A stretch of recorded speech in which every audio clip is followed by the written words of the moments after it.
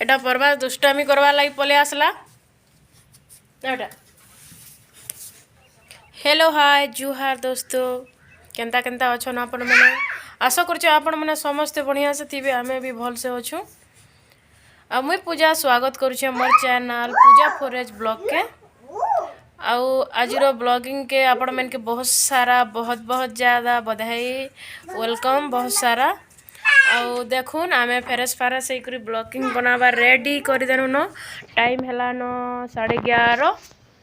Fresh fresh blog रे आपण मैंने के ठंडा तो याडे टिके टिके होचे, गाँडे बहुत होतबा बोधे, तमिलनाडु रे कम होचे,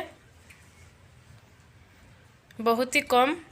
गाँडे कहते बहुत ही ठंडा लगुच कहीकिना। ठीक अच्छे गाइस, वीडियो रे कंटिन्यू रहून।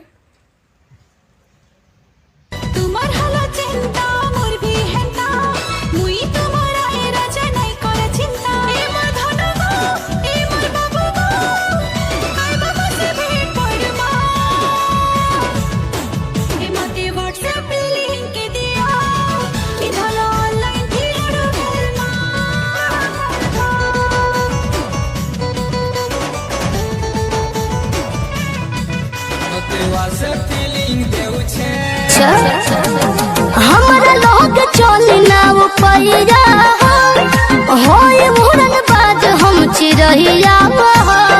हमारा के बता दो तनी राजे रानी तोहर दिल का मनो है सारे धर्म साला मते देखी करे करे कर सुफला। दिल का मनो है सारे धर्म साला मते देखी करे करे कर सुफला। काटे करे के सिखला काहे पीछा परल बड़ा हमारे पमरल बड़ा माथा फुकी पिया तारा दूध से सचल बड़ा।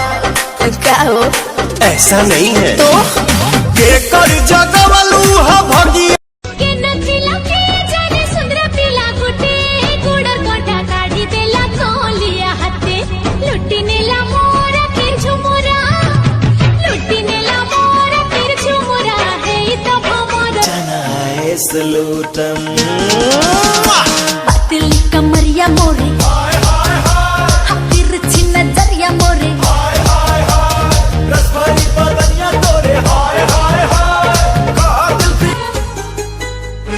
बहु रानी बेसकरी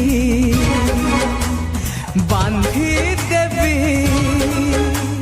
फूल डोरी छुए त बदन की देखो न कटन की चादर बिछा दे हनी